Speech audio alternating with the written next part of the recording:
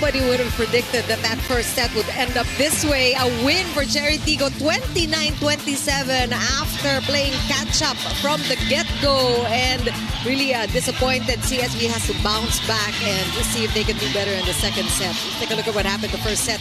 Mostly CSB with the highlights in the beginning. Yeah. Well, CSB played disciplined volleyball, no? The start of that set, number 1, and of course the tail end, the chase of Cherry Tigo was just spectacular. No? They were very in sync. No? Nag-uusap sila sa atake, sa depensa, and again those unforced errors from Benild hurt them at the latter part of set number 1. And again, one word for the Cherry Tigo crossovers in that set, no?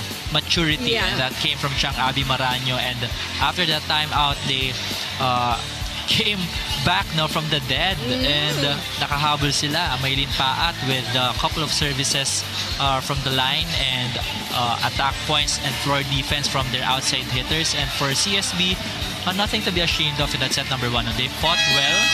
Siguro bawasan lang nila na onte yung kanilang errors sa dulo, and they were blocking well as well. And if they want to win this game, they have to serve harder because this is a team na maraming options ang kalaban nila. Talking about the Cherry Tigo crossover, so kailangan nilang pahirapan sa pasa itong Cherry Tigo in today's game. Clearly the underdogs, talking about CSB, that is on paper, ha? Kasi titignan naman natin yung accolades ng mga kalaban nila. Ang dami diyang mga national team na galing sa champion teams, and they're going up against champions in their own right, pero nasa collegiate level. So that said, they have been nothing but impressive. Talking about the Blazers, the Lady Blazers here, and we want to see, etong papanoorin natin, we're discussing this off the air, is how a collegiate team will be able to absorb that kind of loss that they saw after playing so well in the beginning of the first set, and how that will translate into their performance the second set. And this was Chang Abi Maraños and Aragalang's first set win with the Cherry Tigo crossovers because they lost against the Signal HD Spikers in 3 straight sets yesterday. Tama. Those are things also that we need to consider. For those of you just joining our coverage, we talked about this at the top of our game, no? Na ang Cherry, hindi panalo dito dahil natalo sila in straight sets like you mentioned against Signal. Benild picked up a win against Army, no less, in 5 sets. So that is the parang ganun yung ating lay of the land, and that is what we are seeing. And we are getting ready now for our second set. Talked about Maylin Paat really carrying most of the load for Cherry Tigo. 6 points so far. Sakarandang with 5. On the other side naman, sa CSB, syempre nakita natin si Estoque. Talagang marangkada. She had 4, and then Singh also scoring 5 points. Here we go. Second set. Cherry Tigo now leading 1-0. Another chance here. Gatapa will go up. A good cover by Nierva. Good defense by the Blazers. This is a broken play. Aragalang will go. Mondonedo is setting now. Pascual. And that was into the net. No, it's alive. Oh, buhay pa, buhay pa.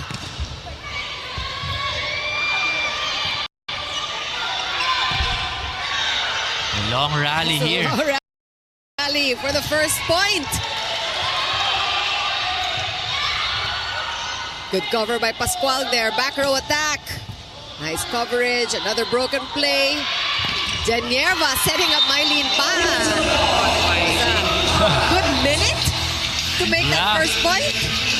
A lot of attack attempts from the wingers of both sides, but it was Maylin Paat who was successful from the right pin, taking advantage of that loose block from CSB.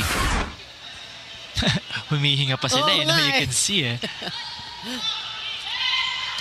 Well, we know it's going to be that kind of match, no? Talagang it's going to be intense from here on out. Aragalang this time manages to score. She was getting a lot of touches there in that first part of the second set. Pero ngayon lang siya nakapunto. An enforced error by Pascual on the block. Yeah, there, just infraction of the net. Pascual has also been impressive. She Really Oh. turned heads also, 17 points at first set. The first game that they played against Army. And this is a strong start for Cherry Tigo with the help, of course, of CSB and the errors on their side. Some changes on the first six of CSB. No? They have Gamit in the middle, Mondoñedo as the setter. And 2 in a row here for Aragalang. So Coach Jerry also making some adjustments and responding to what he is seeing on the side of Jerry. Stokke coming in now off the bench in this second set. As Hintapa gets a breather.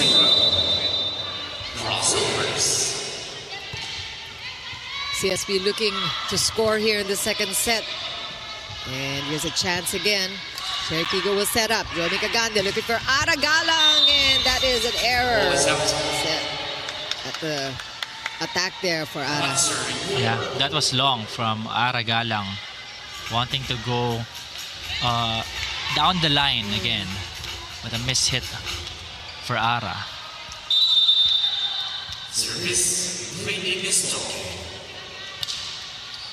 Good safe serve. Perfect pass there from Genierva, and that was inside. Start with a perfect first ball, and that is what you will get.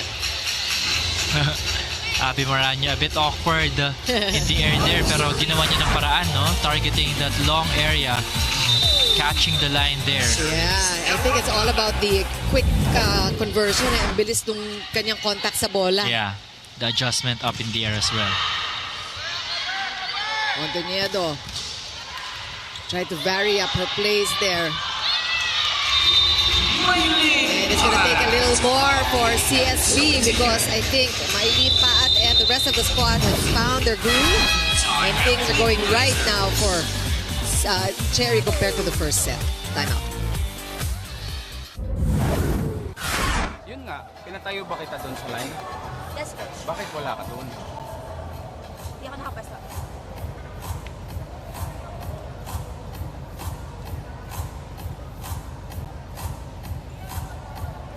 So ano na? Turn nyo na ngayon. Ano na? Lalaro ka. Lalaro kayo? 6-1 no? 6-1 no? Lalaro kayo? 6-1 no? Anong laro yun? Kailangan natin rumisip tayo ng maayos. Hey, ano mo?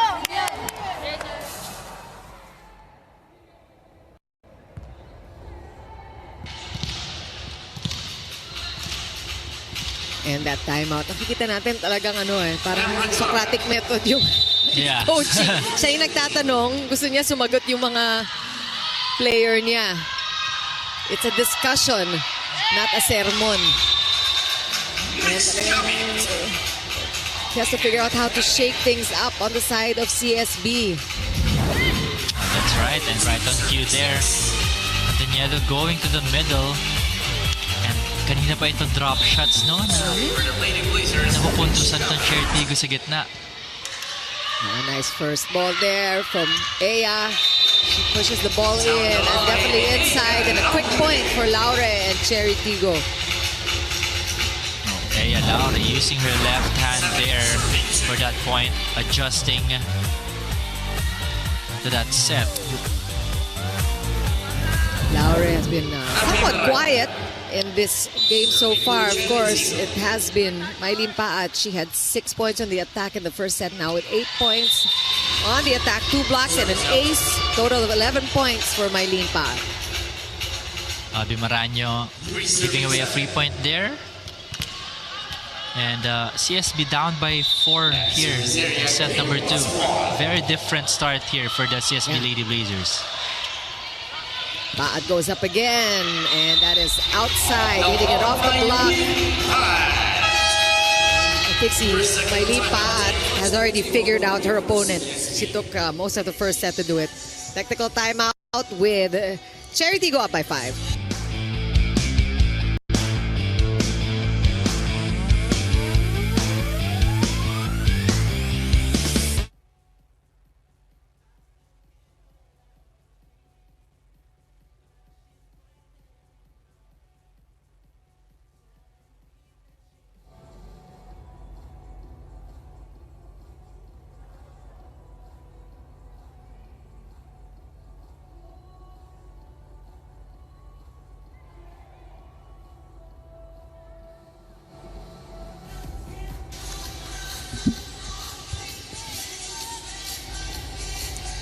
3 with Cherry-Tigo up by 5, and I think it is uphill for Cherry-Tigo from here on because they are meeting the Petrogas Angels and then the Philippine Army Lady Troopers in the next 2 days.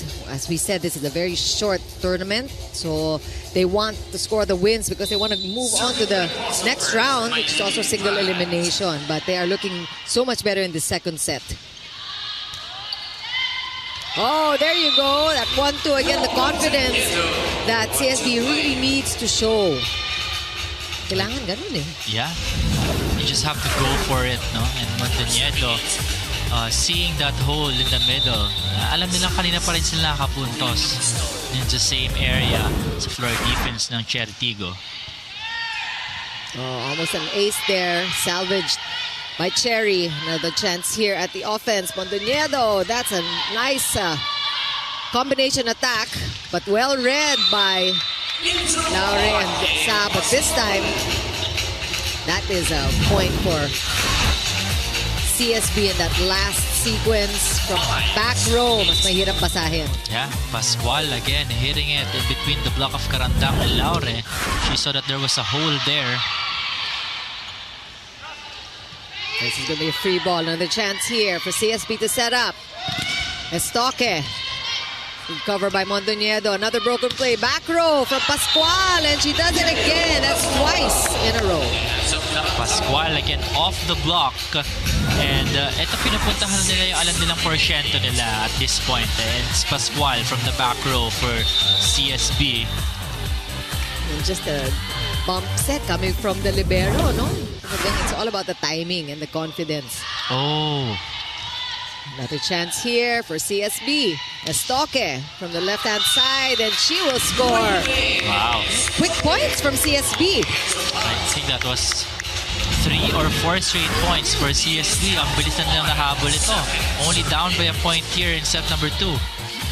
Estoque going down the line.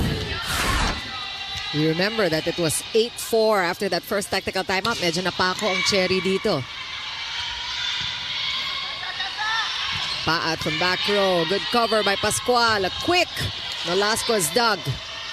Aragalang from the pipe. Buhay pa rin ang bola. Pascual again. Oh, that's a beauty. Look at Sakarandang. That should be her 7th point, if I'm not mistaken.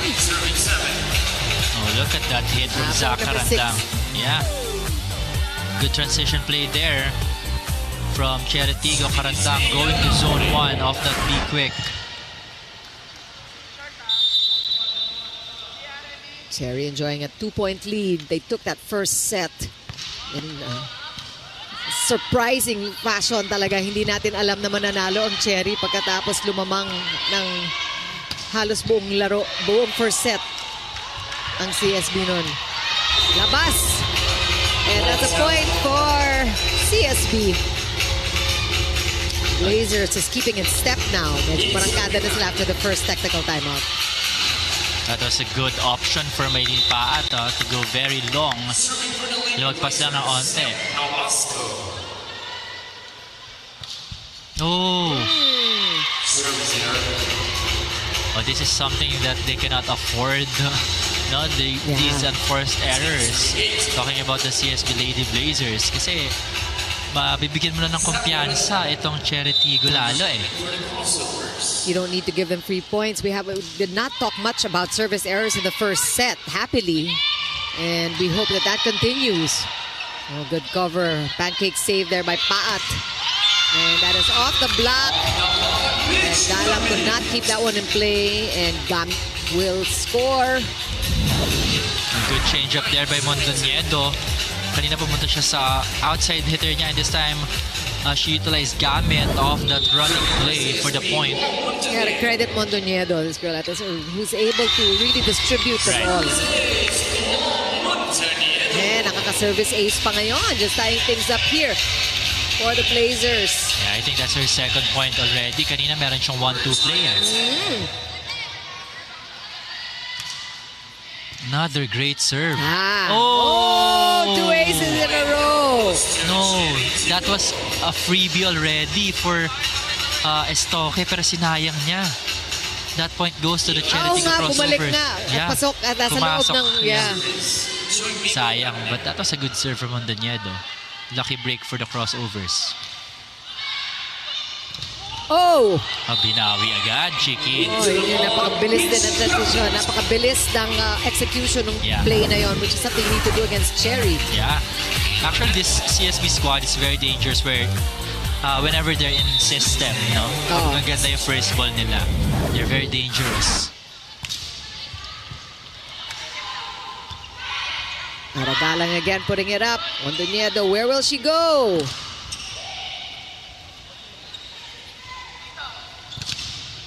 And the blocking working for CSB. It's a broken play here. Pascual will put it up. Aragalang with a save. Pat wants to put it away. Pascual with a good cover. Oh, still alive, yeah. Great playing here by Pascual. Knows what to do. Gamit there. Good defense. Both sides. Wow. All still alive. A stalker from back row. Paet with the answer. And she goes up again. And that is inside. What a rally. Wow. I think that's the second longest rally, if not the longest rally of the match so far. Look at that save from Pascual. What presence of mind in that last play. But Maylene Paat again taking charge. This time going long cross court for that point. And again, you know, we talk about Mondoñedo, even if nasa Cherry ngayon ang bola, pero nakita natin, she went to Apostol, to Pascual, to gamit, to different players talaga. Binavary niya talaga yung plays niya. That's right. And again, another excellent set from Mondoñedo going to the right pin to Pascual. And look at that powerful cross-court hit from Pascual. Na-convert ka agad eh. Na-confuse na yung blockers talaga ng Cherry. Oh! Service ace! That's their second of the set, and that's what I mentioned earlier, no? Nung binabasa natin yung set number 1 highlights na kailangan bigatan nila yung serve if they wanna win against the charity crossovers today. And so far, hirap na hirap makapasa itong crossovers. Paat going. Blockers of CSB there.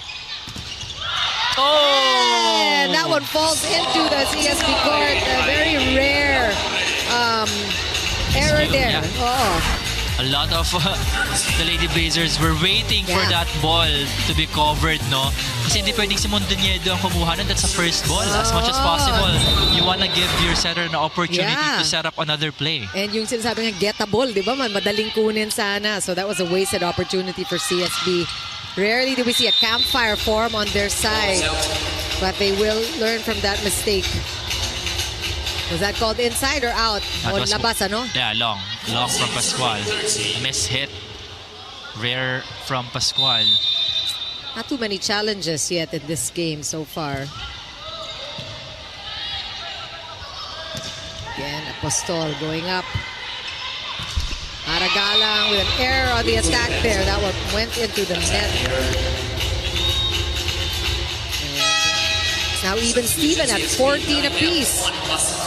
So we have the double substitution here. Katarik, Basarte coming in. So medyo balasa na naman ng konti. Tignan natin if this duo will make a difference. Basarte now at the helm here. The first string setter.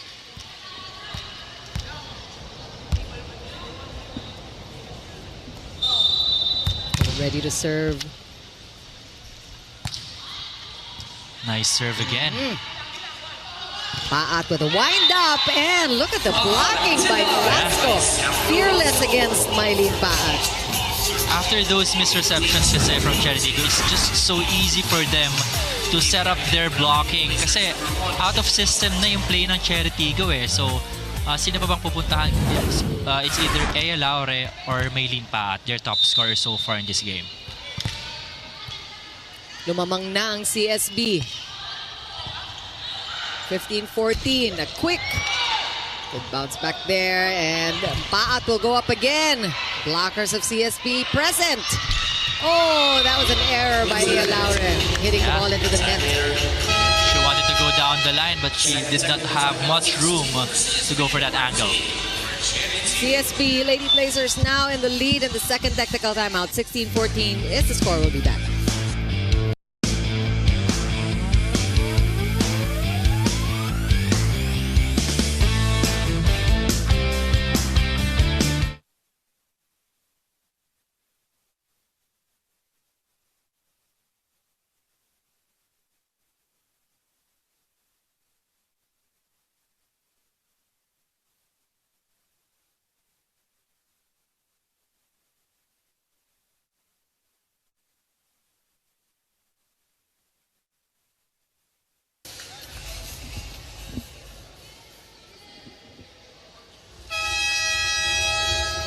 College of St. Benilde Lady Blazers back in the lead in the second set. 16-14 the count. And what is up next for this team? The champions from the Challenge Cup. They have Signal and Petrogas coming up. Probably two of the most formidable teams here in the league. So maganda ring warm-up ito para sa kanila.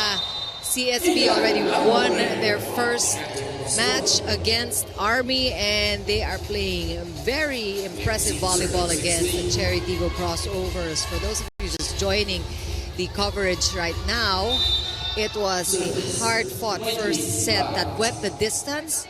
29-27 was the final count. Cherry Tigo played catch-up, eventually winning that extended first set. And now CSB regaining the lead after trailing against Cherry Tigo in the early part of the second set.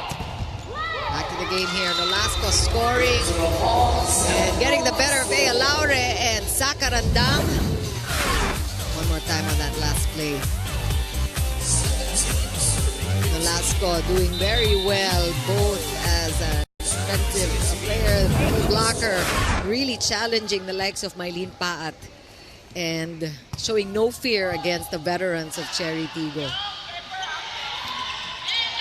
Oh, free ball here. CSB. Velasco again, foiled this time. Estoque is dug by Aragalang.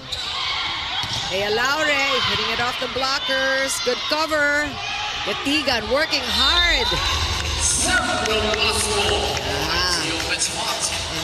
This is a good time to credit really Gatigan, who's running around all over the place here, the libero for CSB.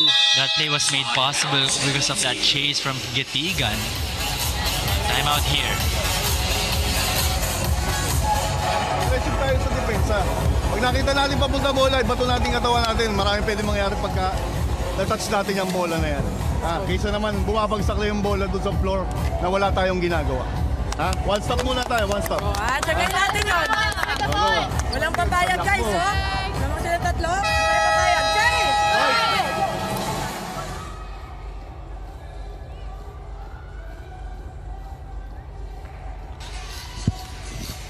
Ano narinig mo doon, Ish? Again, the sense of urgency on the floor defense para dito sa Cherry Tigo Crossovers, which Brian wants the girls to hustle and go for the attempts. I mean, wala namang problema kung hindi may angat ng maayos, basta nag-a-attempt tayo kasi maraming pwedeng mangyari on the transition play. That's a good time out there from Coach Esquivel, icing the serve of the Lady Blazers. Ito naman, nagkakapon na naman ang Cherry Tigo, although they did take the lead early in the second set. They just want to regain it. Yeah, that was a 6-1 start for the crossovers. Let's see where Joyme goes. Aragalang getting front a majority of the touches, and Ea Laura coming from back row. No, she's dangerous from wherever. Yeah. There's the power behind her hip that we're all accustomed to, no? Talagang pag nakita mong one blocker lang yung katapat ni Ea Laure and full yung wind-up niya, yung power talagang malakas eh. Even from the back row. Broken play. Apostol just sends it over. Chance here for Cherry Tigo.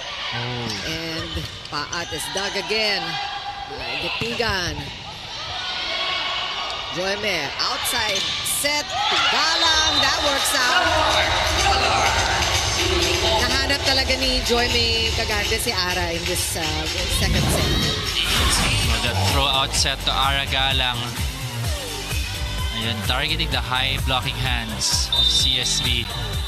The coverage, at nandun sila eh, hindi na nag-usap masyado doon sa likod. Oh, good serve.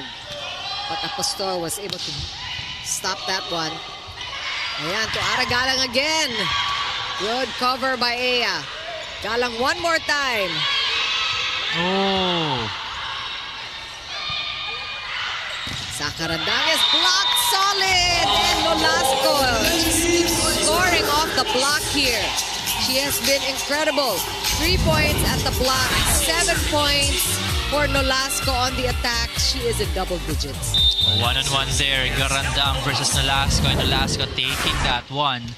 That wasn't a good set. I mean, Nolasco was there just waiting. Wow. Oh! Back-to-back blocks against Karandang. That's a sense of urgency na gusto makita ni Coach Jerry. Nahabol sila at 18 all, pero this time, they again lead by 2. Pero tulad niya ng set number 1, Chicky, it's not over until it's over for the Charity Go crossovers. We all know that they're capable of making that run.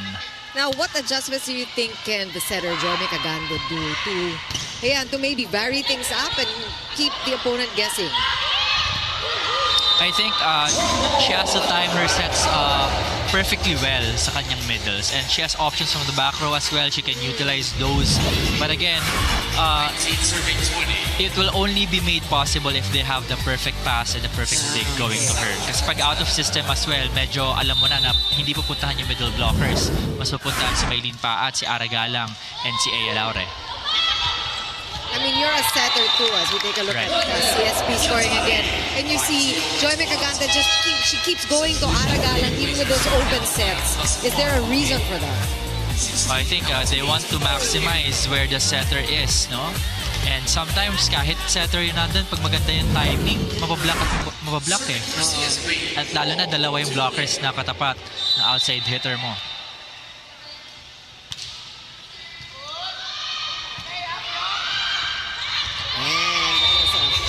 And off the block, and I think Ara recognizes that she is getting a lot of plays here. So this is also a chance for her to try out the different attacks, different ways of scoring. Ball is out. There is a challenge by Cherry on the last play. Black touch challenge coming from Cherry Tigo. Only the second that we've seen today. And ito is... I think a green card's coming up. Oh. Yeah. Di na lang. Yeah, there. Pascual signaling that there's a check. Okay. Sige, explain natin yung green card is. A green card is, something that's familiarized by the FIVB through the VNL. Now, whenever ikaw ay umamin, if there's a missed call from the referees or the linesmen, mabibigyan ka ng green card. Yun. Instead na mag-video challenge, mag-challenge pa tayo, yes. Tatagal pa, yeah. Aya Laure. Being Aya Laure. Hitting her off the block there, using her strength to get that point. Oh, that's right. There are 2 blockers in front of her, and again, she opted to go off the block and targeting the right blocking hand of Pascual in that last play.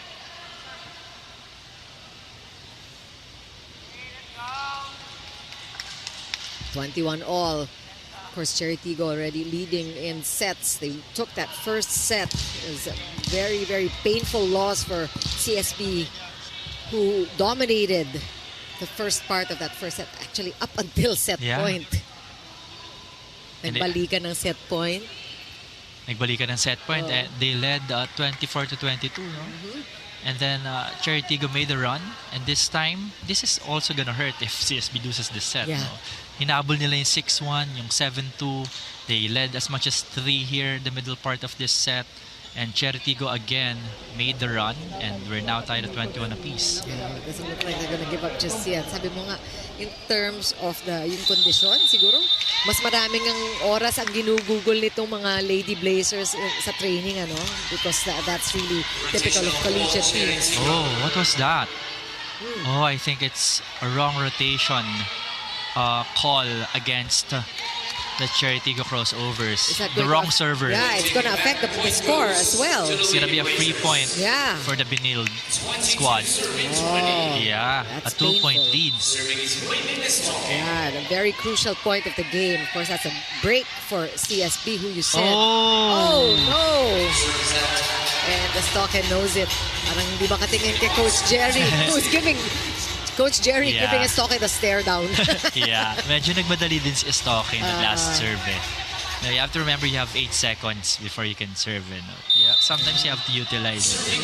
Breathe, and then take your shot at the service line. Good return there by Gantiga. And again, it's that first ball. Si Gantiga talaga is so dependable. We've been mentioning CSB's first ball, no? and how dangerous they are whenever they're in system. And even though that wasn't a quick set, no, nagagawa nila ng paraan. Cherry's turn to call time.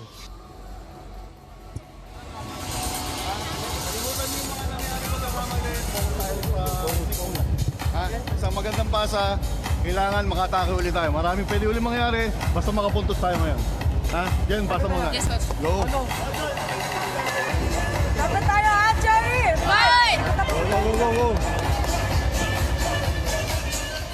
Oh, alam natin na marami talagang pwedeng mangyari kung balikan natin itong mga moments na ito in the first set, yung the latter part of the game. Nag-iba yung ihip ng hangin.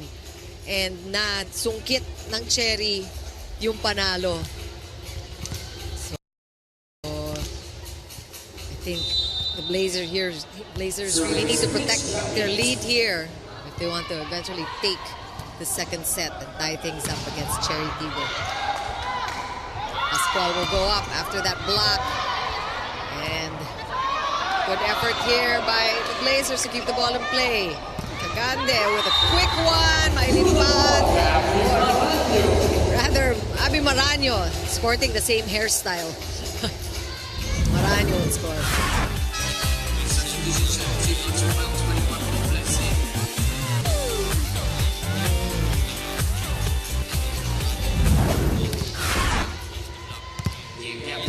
Team number 7 by Elims. 22 serving, 23 serving, Cesc Robles.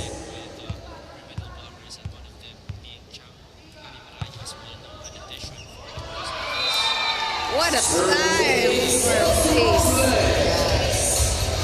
Ipapasok mo lang talaga at magsuscore agad.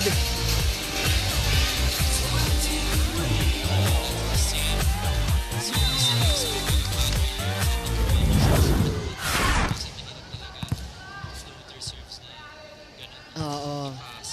Alam natin from her NU days pa talaga to si Cesc Robles. Nag-MVP na yan. And she is actually, we're not even seeing her much on the court. But she is carrying.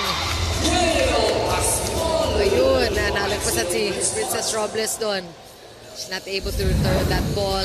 And CSB finds themselves in set point first again in the second set.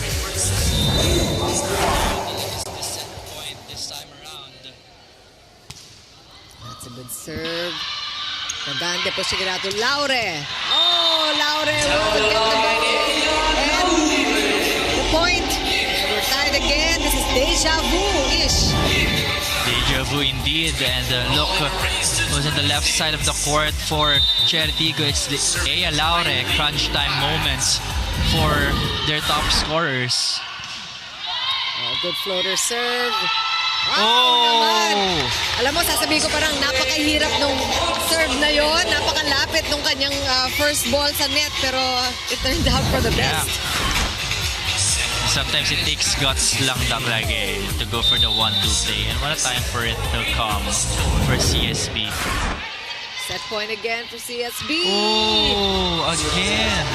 These unforced errors is what cost them that loss in set number 1. It happened to Apostol already. She already had a service error earlier. So again, take your time. Yeah. Try to just Compose yourself. compose yourself. Estoque. Dug there by Ea Laure. Aragalang back on the front. Drop. Oh, drop. Yeah. Good read by Pascual. Another chance here. Kagande pushing it back to Paat. Good read there by Gatigan. Estoque with a dink. Ball still good. Let's see who will get the 26 first. Estoque again with a dink. Karandang with a put away. Wow. That's a great set from Kagande to Karandang. They both saw that the middle blocker of CSB went up for that block on the second ball. That's a poor decision there from the blockers of CSB, leading no one for Karandang in that last play. Great recognition though, like you said, by Joy Mecagande, seeing the opportunity there, and Karandang, of course, responding to the call. Now it's Cherry Tigo with a set point, but not anymore. Just like that, we're tied again at 26 apiece. That's a good set in the middle. Gutsy play there.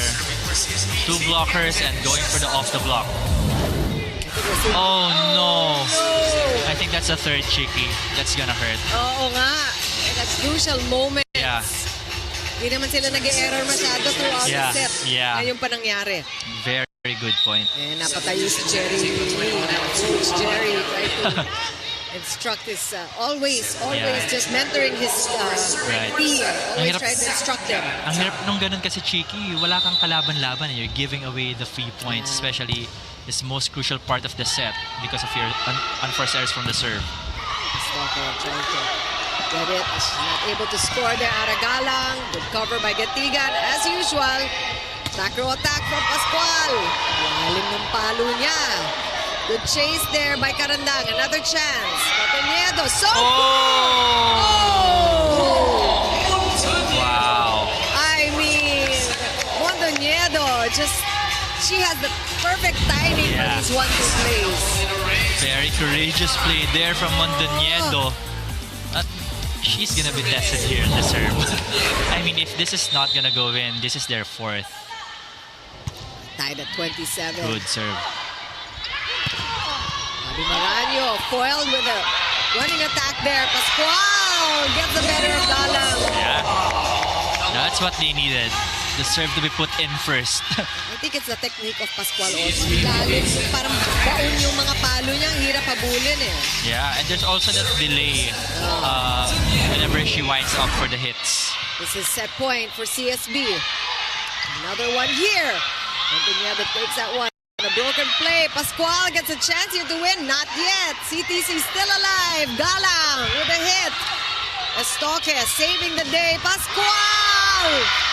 And that is good enough. And look at CSB. Wow, CSB did not give up even though they served a lot of unforced errors from the serve. Again, Montañedo acknowledging that Pascual has the hot hands here in set number 2. Absolutely.